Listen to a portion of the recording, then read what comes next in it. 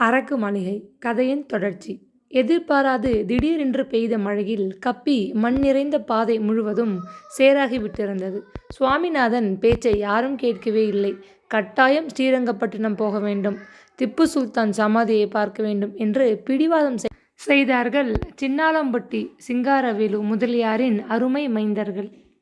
காரின் பின்பக்கத்து ஆசனத்தின் பெரும் பகுதியை பூதம் போன்ற தனது உடலை சாய்த்து வியாபித்து கொண்டிருந்த முதலியார் மனைவி, பசங்க ஆசைப்படுறாங்க, அப்பால இங்கே யாரு அடிக்கடி வரப்போறாங்க, இந்த வாட்டி இவர் எங்களை மைசூர் பக்கம் அழைத்து வந்ததே பெரிய காரியம், மறுபடியும் இங்கே வருகிறது அடுத்த ஜென்மத்தில்தான் என்று கூறினாள். பேச்சின் இடையே அவளது வாய் வெற்றிலையை குதப்பிக் கொண்டிருந்தது. அடுத்த ஜென்மம் ஒருபுறம் இருக்கட்டும், போன பிறவியில் இந்த அம்மாள் கட்டாயம் ஒரு ஆடாகத்தான் பிறந்திருப்பார்கள். அதனால்தான் நாள் முழுவதும் கவுளி கவுளியாக இப்படி வெற்றிலையை தின்று ஒழிக்கிறார்கள். முந்தைய பிறவி குணம் இன்னும் விட்டபாடில்லை என்று தனக்குள் எண்ணியபடி சுவாமிநாதன் அம்மாள் உத்தரவுப்படியே சொன்ன இடத்திற்கெல்லாம் காரை செலுத்தி கொண்டு சென்றான். முதலியார் தமது கிருதா மீசை மீது கையை வைத்து தடவிக்கொண்டே மனைவியை விரைத்து பார்த்தார். வட்டிக்கடை வியாபாரத்தில் பணத்தை அவர் வாரி குவித்து விட்டிருந்தது உண்மைதான். ஆனால் அதை மனைவியும் மக்களும் விரும்புகிற விதத்தில் ஒரே நாளில் வாரி இறைத்து ஒழித்து கட்டிவிட அவர் ஆசைப்படவில்லை. பணத்தை பைசாவாக பொறுக்கி சேர்த்தவனுக்குத்தான் அதன் அருமை தெரியும். எருமை தயிரை போட்டு உண்டுவிட்டு கொழு கொழுவென்று காளைகள் போல் வளர்ந்து விட்டிருந்த தன் இரு செல்வ மைந்தர்கள் கேட்டதையெல்லாம் உடனே செய்து முடிக்க வேண்டும் என்று பிடிவாதம் செய்தாள். அதன் விளைவாக பணம் பெட்ரோலுக்கும் ஹோட்டலுக்கும் தண்ணீராக செலவாக்கி கரைந்து கொண்டு வந்தது. எல்லாவற்றையும் விட ஆயிரக்கணக்கில் ரூபாயை அள்ளி கொட்டி அவர் மிக அருமையாக வாங்கியிருந்த புத்தம் புதிய கார் சேற்றிலும் சகதியிலும் சீரழிவதைக் கண்டு அவர் நெஞ்சு பதைவதைத்தது. பெண்டாட்டி பிள்ளைகள் மழையில் நனைந்துவிட்டால் கூட அவர் கவலைப்பட்டிருக்க மாட்டார். அவரது ஆசைக்கு உகந்த கார் கொட்டும் மழையில் வீணாக அடிபடுவதைக் கண்டு தவியாக தவித்து போனார். திப்பு சுல்தான் சமாதி, டெல்ஹேசலி ஞாபக சின்னம், அது இது என்று நசு நசுவென தூறிய மழையில் பிள்ளைகளும் மனைவியும் அலைந்து திரிந்து கொண்டிருக்கையில் முதலியார் ஒரு பெரிய புளிய மரத்தடியில் காரை நிறுத்தச் சொல்லிவிட்டு அதற்குள்ளே கண்களை மூடியபடி உட்கார்ந்து விட்டார். பெங்களூருக்கு போனால் எந்த ஹோட்டலில் இறங்குவது, அங்கே எத்தனை நாட்கள் தங்குவது என்ற பல முக்கிய விஷயங்கள் பற்றி அவரது மூளை சிந்தித்து கொண்டிருந்தது. மின்னல் போல் பளிச்சென்று ஒரு விஷயம் ஞாபகத்திற்கு வரவே, சுவாமிநாதா, இங்கே வா என்று உரத்த குரலில் கூப்பிட்டார். சற்று தொலைவில் மரத்தின் பக்கம் மறைவாக நின்று கொண்டு சிகரெட்டை ஊதி புகைத்து மகிழ்ந்து கொண்டிருந்த சுவாமிநாதன் மின்னலால் தாக்குண்டவன் போல் துள்ளி குதித்தான். சுவாமிநாதனுக்கு தன் முழு பெயரையும் அவர் வாய் நிறைய வைத்து அழைத்தது கேட்க சகிக்கவில்லை. எங்கு சென்றாலும் அவனுக்கு தொல்லை கொடுத்தது அவனை பெற்று பெயர் சூட்டிவிட்டு மண்ணுடன் கலந்து விட்டிருந்த மாது சிரோமணி தேடி எடுத்து பொறுக்கி வைத்திருந்த அந்த திருநாமம்தான். தன் முழு பெயரையும் உபயோகிக்க அவனுக்கு எப்பொழுதுமே பிடித்ததில்லை. இரண்டே எழுத்தில் உள்ள பெயர்களை பெற்றோர்கள் தேடி எடுத்து குழந்தைகளுக்கு சூட்டும் நாகரிக யுகத்தில் இந்த பெயர் மிகவும் நீளமானதாக அவன் கருத்திற்கு தோன்றியது அவன் வெறுப்பின் ஒரு காரணமாகும். புஷ் கோட், பச்சை கண்ணாடி, பளபளக்கும் கிராப்பு சிகை என்ற தனது டீக்கான தோற்றத்திற்கு ஒவ்வாத பழங்காலத்து பெயர் இது என்பது மற்றொரு காரணமாகும். சிறு பிராயத்திலிருந்தே தன் பெயரை அவன் உள்ளூர்ந்து வேஷித்து வந்தான். அதன் பயனாக கொஞ்சம் விவரம் தெரியும் நிலைக்கு வந்த பொழுது அதை இரண்டாக துண்டித்து முற்பகுதியை விட்டுவிட்டு நாதன் என்ற வாளை மட்டும் வைத்து கொண்டிருந்தான். சுவாமிநாதனுக்கு வயது 40 எட்டி பிடித்து விட்டிருந்தது. எனினும் வாலிபன் என்ற நினைப்பு அவனை விட்டு அகலவே இல்லை. பெண்கள் அல்லவா வயதை பற்றி கவலைப்பட வேண்டும்? கூந்தலில் இங்கும் அங்கும் நரை இழையோடிவதைக் கண்டு கலங்க வேண்டியவர்கள் அவர்கள்தானே. ஆண்களுக்கு 40 வயது ஒரு வயதா? கண்களை சுற்றி அமைந்த கருவளையங்கள், முகத்தில் நிழலாடும் மெல்லிய திரை, சிகையில் ஆங்காங்கே காணப்படும் நரை, இவையெல்லாம் ஆண்களுக்கு அறிவு முதிர்ச்சியின் சின்னங்கள் அல்லவா? எனவே வயது ஓடி விட்டதே என்று ஏன் கவலைப்பட வேண்டும் என்ற நிலையில் அவன் கல்யாணம் என்ற பந்தத்தில் அகப்பட்டு கொள்ளவே இல்லை. கட்டை பிரம்மச்சாரியாக நிம்மதியாக திரிந்து கொண்டிருந்தான். அவனது 15வது வயதில் ஒரு முறை அவனது கைரேகையை ஒரு ரேகை சாஸ்திரி பார்த்துவிட்டு, அடடா, அதிர்ஷ்டக்காரன் கையடா இது, புயல் போல உனக்கு லக்ஷ்மி கடாட்சம் பொங்கி வீசி போகிறது, தங்கமும் வெள்ளியும் தாராளமாக இந்த கரங்களில் புழங்கப் போகின்றன என புழுகிவிட்டு போயிருந்தான். அதை தீவிரமாக நம்பிவிட்டிருந்த சுவாமிநாதனுக்கு பாடுபட்டு நெற்றி வியர்வை நிலத்தில் விழ உழைத்து பொருள் சேர்க்கும் எந்த வேலையும் பிடிக்கவே இல்லை. உடலை அசைக்காது சொகுசாக வாழ வேண்டும். அவன் செய்ய வேண்டிய வேலைகளை அதிர்ஷ்ட தேவதை செய்து முடித்து அளவற்ற திரவியத்தை காலடியில் கொண்டு குவித்துவிட வேண்டும் என்ற ஒரு வீண் கனவில் ஒரு உத்தியோகத்திலும் நிலைத்து ஈடுபடாமல் தான் தோன்றித்தனமாக திரிந்து கொண்டிருந்தான். எத்தனையோ விதமான தொழில்களில் ஈடுபட்டு வெறுப்படைந்து விட்டுவிட்டு முடிவில் கார் ஓட்டும் டிரைவர் வேலையை தேர்ந்தெடுத்து கொஞ்ச நாளாக செய்து கொண்டிருந்தான். காசை போட்டு வாங்குகிறவனுக்கு அந்த ஒரே ஒரு கார் மட்டுமே சொந்தம். அதை ஓட்டும் வேலையில் அமர்கிறவனுக்கு ஓட்டுகிற கார்கள் எல்லாமே சொந்தமாயிற்றே. விதவிதமான வாகனங்களை பைசா போட்டு வாங்காமல் ஆசை தீர வாயு வேகத்தில் ஓட்டி மகிழலாம் அல்லவா? எனவே இந்த ஒரு வேலையில் கொஞ்சம் காலம் தொடர்ந்து ஈடுபட்டிருந்தான். ஆனால் ஒரே ஒரு எஜமானனிடம் அல்ல, 4 வருஷங்களுக்கு 8 இடங்கள் மாறிவிட்டிருந்தான். 10 விதமான மோட்டார் வாகனங்களை ஓட்டி மகிழ்ந்தான். 2 வண்டிகளை மரத்தில் மோதி உடைத்தும் இருந்தான். ஒரு சிறு விபத்திற்கு பிறகு வேலையிலிருந்து நீக்கப்பட்ட சுவாமிநாதன் கொஞ்ச நாட்கள் எங்குமே வேலை கிடைக்காது அலைந்து தவித்து போய்விட்டான். முடிவில் நகரத்தில் வக்கீல் தொழில் புரிந்து கொண்டிருந்த ஒரு ஆசாமியிடம் மோட்டார் ஓட்ட வேலைக்கு அமர்ந்தான். 40 ரூபாய்க்கு நாள் முழுவதும் மோட்டார் ஓட்ட சம்மதித்த அவனிடம் வக்கீல், "உன் பெயர் என்ன சொன்னாய்?" என்று குறுக்கு கேள்வி கேட்டார். "எஸ். நாதன்" என்றான் முகத்தை சுளுக்கிக் கொண்டு. வேலைக்கு அமர்ந்த 2வது நாள் வக்கீல் அவனை கூப்பிட்டார். "உன் பெயரை சொல்லி கூப்பிட வீட்டு பெண்கள் சங்கடப்படுகிறார்கள். அதனால் உன்னை நாங்கள் சுவாமி என்று அழைக்க தீர்மானித்து விட்டோம்" என்றார். "எப்படியோ ஒழியுங்கள்" என்று மனதிற்குள் எண்ணி பல்லை கடித்தான் சுவாமிநாதன். அவனுக்கு அந்த சமயம் பொருளாதார நெருக்கடி மிகவும் அதிகமாக இருந்ததனால் வேலை மிகவும் அவசியமானதாக இருந்தது. ஆனால் சில நாட்களில் அந்த வீட்டு டிரைவர் உத்தியோகமும் அவனுக்கு புளித்துவிட்டது. வக்கீலின் பேத்திகள் 2ம் பொல்லாத சுட்டி குட்டிகள். அவனை காணும் போதெல்லாம், "ஓ ஐயாசாமி, ஓ ஆலோசாமி, நரி கொம்பு வாங்கலையா" என்று பாடி அமர்க்களம் செய்தார்கள். அவர்கள் அப்பொழுதுதான் நடனம் கற்றுக்கொள்ள ஆரம்பித்தார்கள். இதை கேட்டு கண்டிக்காமல் வீட்டில் இருந்த பெரியவர்கள் கூட சேர்ந்து கைகொட்டி சிரித்ததை அவனால் சகிக்க முடியவில்லை. "ச்சே, இதென்ன வேலை" என தலைமுழுக்கு போட்டுவிட்டு புறப்பட்டு விட்டான். சின்னாளம்பட்டி சிங்காரவேலு முதலியார் அவனை தன் கார் டிரைவராக அமர்த்தி கொண்ட பொழுது ஆரம்பத்திலேயே கண்டிப்பாக சொல்லிவிட்டார். "இந்தாப்பா, ஏன் உனக்கு இந்த புத்தி? நல்ல அழகான பெயரை துண்டாக்கி ஏன் நாசப்படுத்துகிறாய்? வாய் நிறைய சுவாமிநாதா என்று கடவுளின் திருநாமத்தை பலமுறை உச்சரித்தால் மரண பயம் கிடையாது. எடுத்த காரியத்தில் எல்லாம் வெற்றி ஏற்படும், சகல சௌபாகியங்களும் கிட்டும் என்று பெரியவர்கள் சொல்வார்கள். அதனால் நான் உன்னை சுவாமிநாதா என்றுதான் கூப்பிடப் போகிறேன்" என்று சொல்லிவிட்டார். ஆத்திரத்துடன் பற்களை கடிப்பதை தவிர அவனால் மறுத்து பேச முடியவில்லை. வேலை மிகவும் வேண்டியதாக இருந்ததால் விரக்தியுடன் ஏற்றுக்கொண்டு விட்டான். ஆனால் முதலியார் அவனது முழு பெயரையும் வாய் நிறைய வைத்து ராகமிட்டு நீட்டி அழைத்த போதெல்லாம் ஐயோ அப்பா என்று அலறிவிடலாம் போல் அவன் மேனியெல்லாம் சிலிர்த்து பதறியது. கேட்க அது அத்தனை அருவருப்பாகத்தான் இருந்தது அவனுக்கு. "சுவாமிநாதா, எங்கேப்பா போயிட்ட?" என்று முதலியார் மறுபடியும் காரில் இருந்தபடியே கூவினார். பிடித்து கொண்டிருந்த சிகரெட்டை தூர எறிந்துவிட்டு கோபத்துடன் கைகளை உதறிக்கொண்டு, "இதோ வருகிறேன்" என முணுமுணுத்தபடி டிரைவர் சுவாமிநாதன் அருகில் வந்தான்.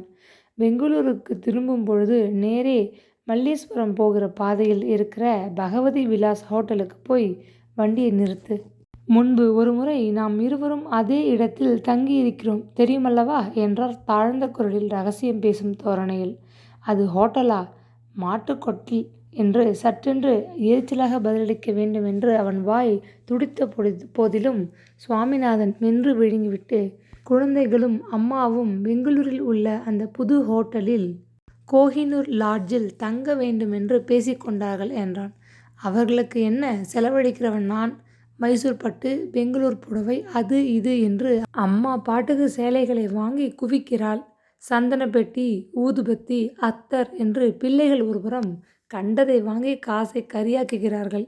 இதுவரை பணம் 2000 தீர்ந்துவிட்டது. இனிமேல் செலவழிக்க எனக்கு கட்டுப்படியாகாது. கோஹினூர் போன்ற பெரிய ஹோட்டல்களில் போய் தங்கினால் பிடிக்கும் பிடி நமச்சிவாயம் என்கிற கதையாகி பணத்தை பிடுங்கி தின்று விடுவார்கள். பகவதி விலாஸ் போதுமப்பா. படுக்க இடமும் வேலைக்கு நல்ல சாப்பாடும் கிடைக்கும். போதாதற்கு இன்னொரு முக்கிய விஷயம் சொல்ல மறந்துவிட்டேன். பகவதி விலாசிற்கு போனால் கை காசு செலவாகாது. அதன் முதலாளி சுந்தரத்திற்கும் எனக்கும் கொஞ்சம் கொடுக்கல் வாங்கல் இருக்கிறது. வட்டியை ஒழுங்காக தராவிட்டாலும் போனால் மன்னன் வயிறார சாப்பாடு போட்டு கருத்தாக கவனித்துக் கொள்வான் என்று தமது வியாபார ரகசியத்தை கொஞ்சம் 1 கோடி எடுத்துவிட்டார் முதலியார். சமையல் கலையில் பிரசித்தி பெற்றவர்கள் வாழும் நாகநல்லூர் பிறந்து வளர்ந்த சுவாமிநாதனுக்கு இதை கேட்டதும் இன்னும் கொஞ்சம் கோபம் பொத்து கொண்டு வந்தது. முதலியார்வாள், அந்த ஹோட்டல் சாப்பாடு மகாமட்டம். 4 நாட்கள் அங்கே தங்கினால் கட்டாயம் 5வது நாள் ஆஸ்பத்திரியில் போய் விழ வேண்டும். சாதத்தில் ஒரே கல், சாம்பாரில் ஒரே மிளகாய் பொடி என்றான் வெறுப்புடன். சரிதான் அப்பா, நீயும் என் பிள்ளைகளுடன் சேர்ந்து கொண்டு பேசுவாய் போலிருக்கிறதே. இனாமாக கிடைக்கும் எந்த பொருளுக்கும் யாரும் எப்பொழுதும் மதிப்பு வைப்பதில்லை. குறுக்கே பேசாதே. நான் சொன்னபடி வண்டியை நேரே அங்கே கொண்டு சேர்த்துவிடு. அம்மா உபத்திரவம் செய்தால் சீசன் சமயமாதலால் மற்ற ஹோட்டல்களில் இட நெருக்கடி என்று சொல்லிவிடு என்றார் அதட்டும் பாவனையில். 1 காசுக்கு உயிரை விடும் கருமி பயல்களுக்கெல்லாம் அதிர்ஷ்டம் குபீர் என்று அடித்து விடுகிறது. கழுதை முன்னால் கஸ்தூரியை போட்டது போல் உலோபிகள் வசம் வந்து திருமகள் சிக்கிக் கொண்டு விடுகிறாளே, என்ன உலகம் இது என விரக்தியாக எண்ணியபடி சிகரெட் டப்பாவை திறந்தான் சுவாமிநாதன். அவர்கள் கோஷ்டி அன்று பெங்களூர் திரும்புவதற்குள் நன்றாக இருட்டிவிட்டது. ஊர் முழுவதும் சுற்றி கால்கள் கடுக்க அலைந்திருந்த முதலியாரின் மக்களும் மனைவியும் சோறு கண்ட இடம் ஸ்வர்க்கம் என்று எண்ணி தர்க்கம் ஏதும் செய்யாது பகவதி ஹோட்டலில் வந்து இறங்கியதும் உண்டுவிட்டு உறங்கச் சென்று விட்டார்கள். கப்பி மண்பாதையை சேராக்கிவிட்டு முதலியாருக்கு ஜலதோஷத்தையும் கொடுத்துவிட்டு மழை விடுதலை பெற்று கொண்டு விட்டது.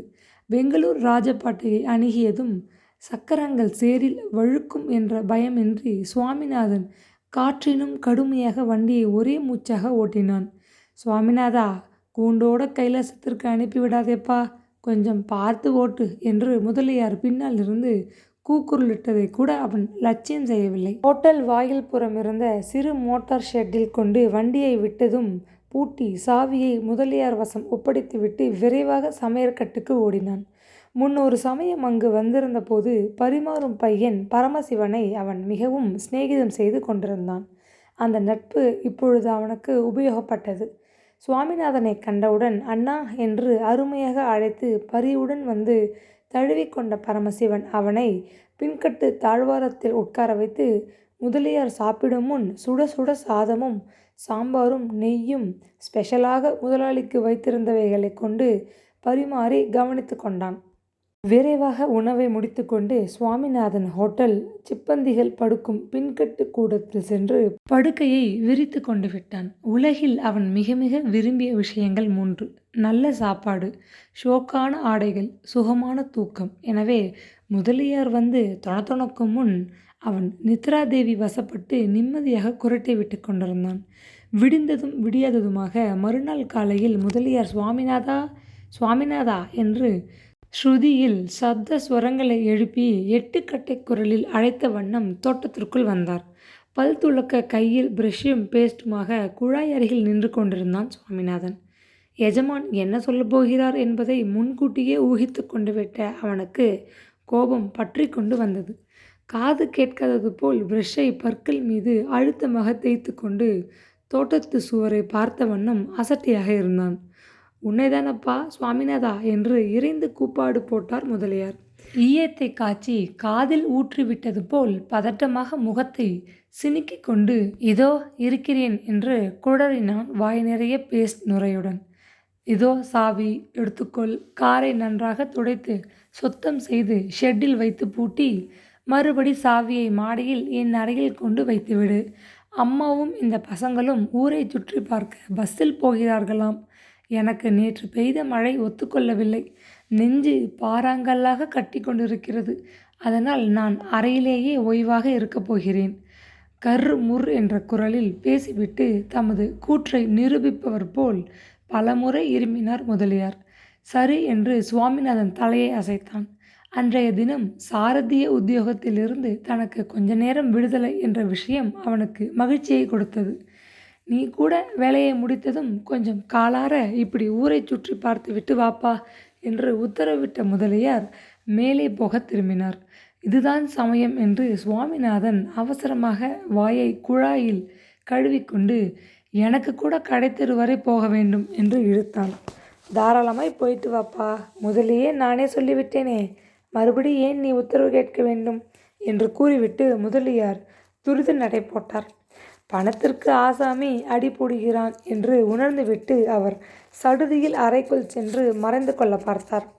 விடாக்கண்டனாக சுவாமிநாதன் வேகமாக அவரை பின்பற்றி ஓடி வந்தான். ஒரு 10 ரூபாய் அவசரமாக தேவை. மாதம் பிறக்க இன்னும் 2 நாட்களே தான் இருக்கின்றன. என் சம்பளத்தில் தானே கேட்கிறேன் என்று விரைப்பாக கேட்டான். கொடுக்காவிட்டால் பிடி உன் வேலையை, நீயே வைத்துக்கொள் என்று மிரட்டும் பாவனையுடன் அவன் முகம் கோபத்திலே சிவந்து காணப்பட்டது. முதலியார் பயந்து விட்டார். வெளியூரில் வந்த இடத்தில் இவனிடம் வம்பு எதற்கு என்று தோன்றவே, ஏன் இப்படி ஒவ்வொரு மாதமும் ஆரம்பத்திலும் நடுவிலும் இடையிலும் சம்பளத்தை துண்டு போட்டு வாங்கி செலவழித்து வீணாக்குகிறாய்?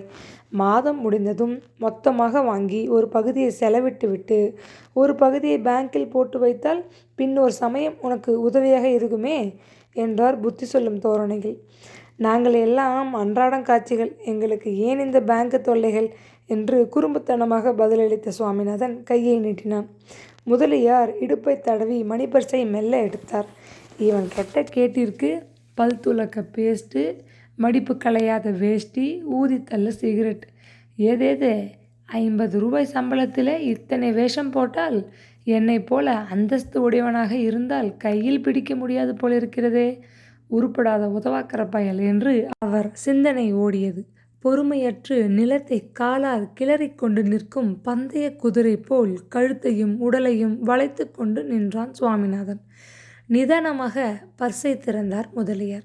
முதலியார் சுவாமிநாதனை மேலும் கீழும் பார்த்துவிட்டு ஒரு கத்தை நோட்டுகளில் இடையே மிகவும் அழுக்காக தென்பட்ட 2 ரூபாய் நோட்டுகளை உருவி எடுத்தார். இன்னும் ஊர் போய் சேர்வதற்குள் அநேக செலவுகள் இருக்கின்றன. நீ வேறு சம்பளம் சம்பளம் என்று ஆளை துளைத்து கொள்ளாதே, பிடி இதை, மேலே பேசாதே என்று கூறிவிட்டு பணத்தை நீட்டினார். அதை அலட்சியமாக வாங்கி சட்டைப்பையில் திணித்து கொண்டு தன் வேலையை கவனிக்க புறப்பட்டான் சுவாமிநாதன். காவாலி பயல், காசை என்னவோ வெறும் கடுதாசி போல துச்சமாக தூக்கி போடுகிறானே, 8 ஜென்மத்திற்கும் லக்ஷ்மி தேவி இவன் இருக்கும் திக்குக்கு கூட திரும்பி பார்க்க மாட்டாள். வர வர ஆசாமி ரொம்ப துள்ளுகிறான், இருக்கட்டும் என்று கருவிக்கொண்டு கோபத்துடன் எஜமானன் உள்ளே சென்று விட்டார். அவர் அருகில் நின்று மேல் பார்வை செய்யாததால் சுவாமிநாதன் ஒரு வாளி தண்ணீரை அசட்டையாக கார் மீது வாரி தெளித்துவிட்டு வேகமாக துணியால் துடைத்தான். கொடுக்கிற சம்பளத்திற்கு காரை துடைக்க வேண்டும், வீட்டை பெருக்க வேண்டும், கடைக்கு ஓட வேண்டும், இன்னும் என்னென்னதான் எதிர்பார்ப்பானோ இந்த கருமி மனிதன். வேறு எங்கேயாவது வேலை தேடிக்கொள்ள வேண்டும், போதும் இவர் சவகாசம் என தனக்குள் எண்ணி வெகுண்டவனாக காரை பூட்டி சாவியை மாடி அறையில் கொண்டு வைத்தான். அதிக நேரம் அங்கே நின்று கொண்டிருந்தால் முதலியாரின் மக்கள் ஏதாவது வேலைக்கு ஏவுவார்கள் என பயந்து ஸ்நான அறைக்குள் விரைந்தோடினான். அவசரமாக குளித்துவிட்டு உடுத்திக்கொண்டு வெளியே கிளம்பிவிட்டான். சுவாமிநாதனை பார்ப்பவர் எவரும் சற்றென்று அவனது உண்மை நிலையை உணர்ந்து கொண்டு விட முடியாது. அவ்வளவு ஆடம்பரமான தோற்றம் அவனிடத்தில் குடிகொண்டிருந்தது. மடிப்பு களையாத பட்டு கரை வேஷ்டியும் சில்க் ஷர்ட்டும் கையில் உயர்தர சிகரெட் டப்பாவும்.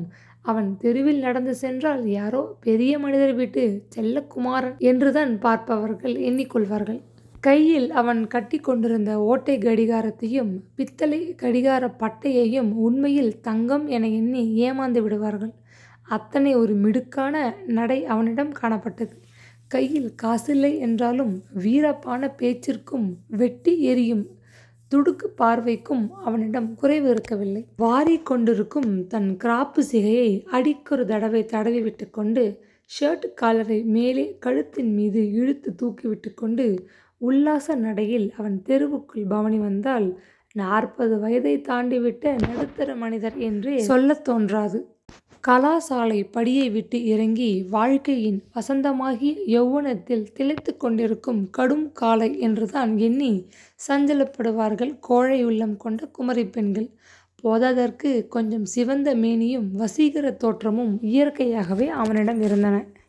அதனால் மன மயக்கமடைந்து அவனை மாலையிட விழைந்த யுவதிகள் அநேகர். ஆனால் சுவாமிநாதன் சட்டென்று மெல்லியர்களின் பாசக்கயிற்றில் ஊசலாடி விடவில்லை. ஒரேடியாக அவன் பெண்களை வெறுத்து புறப்பட்ட சந்நியாசியும் அல்ல. அழகான பெண்களுக்கு உலகத்தில் திடீரென்று பஞ்சம் ஒருபொழுதும் வந்துவிடப் போவதில்லை. அதனால் ஏன் பதற வேண்டும்? கையில் காசு இருந்தால் ரம்பை என்ன, மேனகையே மேல் உலகத்திலிருந்து ஓடி வந்து காலடியில் விழுந்து விடுவாள். எனவே எல்லாவற்றையும் சாதிக்கும் சக்தி மிகுந்த அந்த அபூர்வ பொருளான பணம் என்பதை அளவற்ற நிலையில் முதலில் வாரி குவிக்க வேண்டும். உடலை வருத்தாது, மேனியை வாட்டாது சுலபமாக அதை சேகரிக்கும் முறை என்ன? கிடுகிடுவென்று எளிதிலே பணம் சம்பாதிக்கும் வழி எது என்றெல்லாம் அவனது கவனம் ஒரே விஷயத்தில் ஈடுபட்டிருந்ததனால் மற்ற போக பாக்கியங்கள் அவனுக்கு துச்சமாக தோன்றின. காலை வேலையாதலால் பரிமாறும் பையன் பரமசிவன் வேறு வேலையாக இருந்தான். அதனால் சுவாமிநாதனுக்கு ஸ்பெஷல் சிற்றுண்டிகள் கிடைக்க வழியில்லாது போய்விட்டது. கும்பலோடு கோவிந்தா என்று ஹோட்டல் சம்பந்திகள் சாப்பிடும் அறைக்குள் சென்று ஒரு மேஜை அருகே உட்கார்ந்தான். ஒரு கையில் அலுமினிய தட்டில் 2 இட்லிகளை கரைத்த சட்டினி மீது மிதக்கவிட்டு எடுத்து வந்த பையன் இன்னொரு கையில் ஒரு பித்தளை டம்ளரில் காப்பி என்ற ஒரு கரு நிற திரவப் பொருளை நிறைத்து கொண்டு வந்தான். இட்லிகள் கற்பாறைகள் போல் கடினமாக இருந்தன. ஒரு சில வில்லையை வாயில் விட்டான். அது ஒரே கசப்பு, கஷாயம் போல் தொண்டையை இறுக்கியது. குபீர் என்று பாய்ந்து வெளியே வந்தான். தோட்டத்து குழாயில் தண்ணீரை பிடித்து 2 கையளவு குடித்துவிட்டு வெளியே நடையை கட்டினான். முதலியார் கொடுத்த 2 ரூபாய்கள் தவிர அவனிடம் ஏற்கனவே 5 ரூபாய்கள் இருந்தன.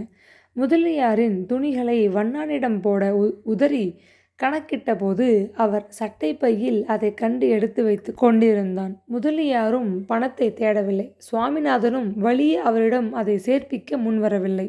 அந்த பணம் இப்பொழுது அவனுக்கு பெரும் தெம்பை கொடுத்தது. வழியில் ஒரு கடையில் ஒரு டப்பா சிகரெட்டை வாங்கி கொண்டு மைசூர் செல்லும் ராஜபாட்டையில் நடந்தான். வானத்திலே நிழல் போல் கருமேகம் படர்ந்து கிடந்தது. அதை ஊடுருவி கொண்டு சூரியன் வெப்பமான கிரணங்களை பூமியின் மீது கொடுமையாக வீச முடியவில்லை. எனவே காலை மணி 11 ஆகிவிட்ட போதிலும் வெயிலின் கடுமையே தெரியவில்லை. இந்த சமயம் சென்னையிலிருந்தால் நெருப்பை தலையில் கவிழ்த்து கொண்டது போல் இருக்குமே. கத்திரி வெயிலின் கடுமையே தெரியவில்லை. என்ன இருந்தாலும் பெங்களூர் தான் என வியந்து கொண்டு அந்த சீதோஷ்ண நிலையை அனுபவித்து ரசித்த வண்ணம் நடந்தான். காலை ஆகாரம் ஒன்றும் சுகமாக இல்லாததால் பசி வயிற்றை கிள்ளியது. இனிமேல் தாங்க முடியாது என்று உணர்ந்த சுவாமிநாதன் வழியில் தெரிந்த ஒரு பெரிய ஹோட்டலுக்குள் நுழைந்தான். சுஜாதா ஹோட்டலில் அன்று ஒரே கூட்டம். நவீன வசதிகள் பல உள்ள இடமாக இருந்ததனால் யாத்ரீகள் அநேகர் அதை வெகுவாக ஆதரித்தனர். சிற்றுண்டிகள் சுத்தமான நெய்யில் சுவையுடன் தயாரிக்கப்படுகின்றன என்ற ஒரு காரணத்தினால் உள்ளூர்வாசிகள் அங்கு வந்து குவிந்தனர். புதிதாக திறக்கப்பட்ட ஹோட்டலின் சாப்பாடு, கவனிப்பு எல்லாம் எப்படி இருக்கின்றன பார்க்கலாம் என்று பரீட்சிக்க வந்தவர்களின் எண்ணிக்கை ஒரு புறம். எனவே சாப்பிடும் இடத்தில் ஒரு ஆசனம் கூட காலியாக இருக்கவில்லை. கோரமாக வயிற்று எரித்த பசியை பொறுத்து கொண்டு கால் கடுக்க சற்று நேரம் இடத்திற்காக நின்று தவம் செய்து பார்த்தான் சுவாமிநாதன். எதிர்ப்புற ஜன்னல் ஓரம் கிடந்த மேஜை அருகே உட்கார்ந்திருந்த ஒரு கிழவர் அரை மணிக்கு மேலாகியும் எழுந்திருப்பவராக புலப்படவில்லை. தள்ளாத வயதில் 2 ரவுண்டுகள் இட்லி, 1 ரவுண்டு போண்டா என்று சிற்றுண்டி வகைகளை வாங்கி அவர் தின்ற வண்ணம் இருந்தார். அவர் சுலபத்தில் அசைய மாட்டார் என உணர்ந்து கொண்ட சுவாமிநாதன் வெளி வராந்தாவுக்கு சென்று அங்கு கிடந்த ஒரு நாற்காலியை தூக்கி கொண்டு வந்தான். சாப்பாட்டு அறையின் கோடியில் ஒரு தனி மேஜையில் எதிரே ஒரே வாலிபன் மட்டும் உட்கார்ந்திருப்பதைக் கண்டு நாற்காலியுடன் அங்கே விரைந்தான். மன்னிக்க வேண்டும், நான் இங்கே உட்காருவது பற்றி உங்களுக்கு ஆட்சேபனை ஏதும் இல்லையே என்று வினவிவிட்டு பதிலுக்கு காத்திராமல் ஆசனத்தில் உட்கார்ந்து கொண்டான். பரிமாறும் பையனை கைத்தட்டி அழைத்து சூடான மசாலா தோசை ஒரு தட்டும், வடை சாம்பார் ஒரு தட்டும், ஒரு கப் நல்ல காஃபியும் கொண்டு வரும்படி சொல்லிவிட்டு ஆசனத்தில் சாய்ந்து கொண்டு எதிரே இருந்த ஆசாமியை உற்று பார்த்தான். கலாசாலை மாணவன் போல் காணப்பட்ட அந்த வாலிபன் அங்கே சாப்பிட வந்தவன் போல் இருக்கவில்லை. டம்ளரில் வைத்திருந்த காஃபி ஆறிப்போவதை கூட கவனிக்காது கையில் இருந்த பத்திரிகையில் மூழ்கி கிடந்தான். அத்தனை கூட்டத்திலும் பரிமாறும் பையன் ஒரு சில நிமிஷங்களில் சுவாமிநாதன் கேட்ட வகைகளை தட்டுகளில் சுமந்து கொண்டு ஓடோடி வந்து மேஜை மீது வைத்துவிட்டு போனான். முதலில் அவைகளை ஒரு கை பார்ப்பதில் முனைந்தான். பிறகு காப்பியையும் ஒரே மூச்சில் குடித்துவிட்டு சிகரெட்டை உருவி கையில் எடுத்து பற்ற வைத்து கொண்டு தன்னை சுற்றிலும் உள்ளவர்களை கவனிக்கத் தொடங்கினான். பருந்துபோல் வட்டமிட்டு சுழன்ற சுவாமிநாதனின் கண்கள் அறையின் வாயிற்படி அருகே வந்ததும் அப்படியே நிலைத்து போயின. கடைந்தெடுத்த தங்கப் பதுமை அசைந்தாடி கொண்டு வருவது போல் மெல்ல நடைபோட்ட வண்ணம் தன்னை நோக்கி வந்த ஒரு அழகான இளம்பெண்ணைக் கண்டு ஆச்சரியத்தில் அவன் இதயம் படபடவென்று அடித்து கொண்டது. நெற்றி மீது துளிர்த்த வியர்வையை கைக்குட்டையால் துடைத்து கொண்டு கண்களை விரித்து அவளை உற்று கவனித்தான். இன்னும் காப்பி கூட சாப்பிடவில்லை போலிருக்கிறது. நாம் டவுனுக்கு எப்போ போகிறது? எப்போ திரும்பி வர்றது? என்று கொஞ்சலாக அதட்டிக்கொண்டு மாணவன் போல் காணப்பட்ட வாலிபன் அருகே வந்து நின்றாள் அவள். அந்த குரல் சுவாமிநாதனை ஒரு குலுக்கு குலுக்கியது. சுவரை பார்ப்பவன் போல் ஓரக்கண்ணால் அந்த அழகியை ஏற இறங்க மீண்டும் கவனித்தான். 20 அல்லது 30 என்று வயதை குறிப்பிட முடியாதபடி இளமை பொங்கி வழிந்த அந்த எழிலரசி கருகருவென செழுமையாக வளர்ந்த தன் கூந்தலை கழுத்தின் மீது புரளும்படி மடித்து கட்டி கொண்டிருந்தாள். அந்த கூந்தல் மடிப்பின் குறுக்கே பாலம் போல் சண்பக மலர்ச்சரம் ஒன்று அலங்கரித்து கொண்டிருந்தது. அந்த மலரின் நிறத்தில் அவள் மேனியும் துவண்ட மைசூர் பட்டு சேலையும் பச்சை பட்டு ரவிக்கையும் அவளுக்கு மிக சோபிதமாக இருந்தன. பணத்தில் புரளும் செல்வ சீமாட்டி என்பதை அவள் கழுத்தில் புரண்ட வைர அட்டிகை விளம்பரப்படுத்தி கொண்டிருந்தது. பத்திரிகையை மடித்துவிட்டு சோம்பல் முறித்து கொண்டு எழுந்திருந்தான் வாலிபன். நேரமாயிற்று என்று அதட்டினாள் மங்கை. வாலிபன் பதில் பேசாது புறப்பட்டான். புடவை தலைப்பை வீசிக்கொண்டு அசைந்தாடும் கொடி போல் தழுக்கு நடையுடன் அவள் முன்னேறினாள். சுவாமிநாதனுக்கு அதற்கு மேல் அங்கே இருப்பு கொள்ளவில்லை. பற்பல விஷயங்களை எண்ணி அவன் உள்ளம் படபடத்தது. விவரிக்க இயலாத ஒரு ஆனந்தத்தில் உடல் நடுங்கியது. அவர்களை பின்தொடர்ந்து வெளியே வந்தான். ஹோட்டல் வாயிலில் நின்று கொண்டிருந்த மோட்டார் அருகே சென்ற அந்த இளநங்கை காரின் கதவை திறந்து டிரைவர் ஆசனத்தில் அமர்ந்து கொண்டாள். யார் இந்த சுவாமிநாதன்? விரைவில் அறிந்து கொள்வோம். ப்ளீஸ் சப்ஸ்கிரைப் பண்ணிவிட்டு வீடியோ பாருங்கள். தேங்க்யூ.